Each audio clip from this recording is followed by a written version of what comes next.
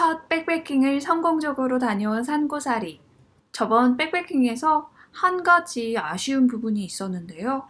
바로 등산화. 발목이 약한 저는 등산화를 사기 위해 마이기어를 찾았습니다. 트렌디하고 싶은 산고사리. 사실 브랜드는 정해놨었는데요.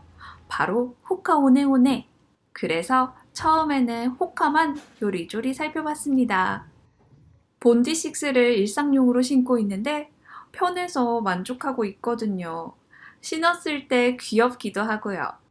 그런데 직원분께서 호카가 아닌 저에게 맞는 다른 브랜드를 추천해 주셨습니다. 바로 테크니카. 고집이 조금 센 산고사리. 무조건 호카다 라는 생각이 있었는데요. 직원분께서 저에게 테크니카를 설명해 주시는 단 몇 분 동안 생각이 바뀌었습니다. 계절과 목적에 맞는 등산화를 선택하는 것은 매우 중요해요. 혹시 동계 산행을 계획하시나요? 산고사리, 겨울에도 등산하고 싶어요. 폭신폭신한 경등산화는 가벼운 산행 시에는 편안하다는 장점이 있지만 백패킹을 위해 무거운 백팩을 메고 산행을 할 때는 중등산화가 적합하다고 합니다. 오히려 바닥이 좀 딱딱한 편이 오래 걸어도 발의 피로도를 줄일 수 있다고 해요. 저는 사실 저의 발목의 부실함에 대해 잘 알고 있었지만 고집이 조금 세서 인정하지 않았어요. 나는 건강하니까요. 건강하다. 하지만 어렸을 때부터 잘 넘어졌던 산고사리. 내면에는 등산할 때마다 느꼈던 발의 불편함에 대한 고민이 깊게 자리했었나 봅니다. 테크니카는 정말 신기하게 발에 맞춰 등산화를 성형해주는 브랜드예요. 인솔을 따뜻하게 기계로 구워서 내 발 모양에 맞게 바꿔줍니다. 복숭아뼈, 뒤꿈치, 발목, 발바닥까지. 근데 이 브랜드 유명한 브랜드더라고요. 저만 몰랐나봐요.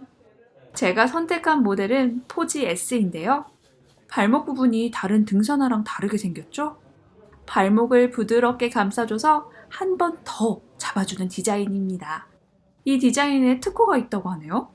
발목이 약한 이 디자인에 반해버렸습니다. 이제 저만의 등산화를 만들 거예요.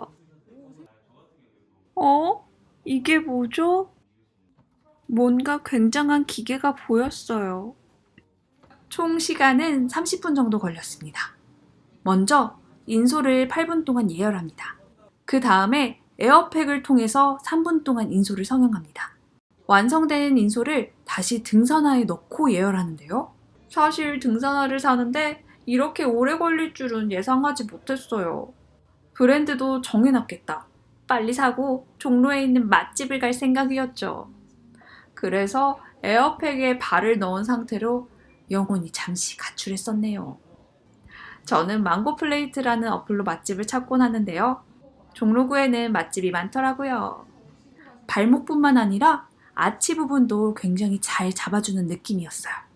또 혀가 있는 디자인이 아니라 끈이 풀려서 넘어질 일도 없어 보였어요. 이날은 매장을 찾은 분들이 저 말고도 굉장히 많았는데요. 모두 재난지원금으로 대동단결한 모습이었어요. 새 신을 신고 뛰어보자 팔짝.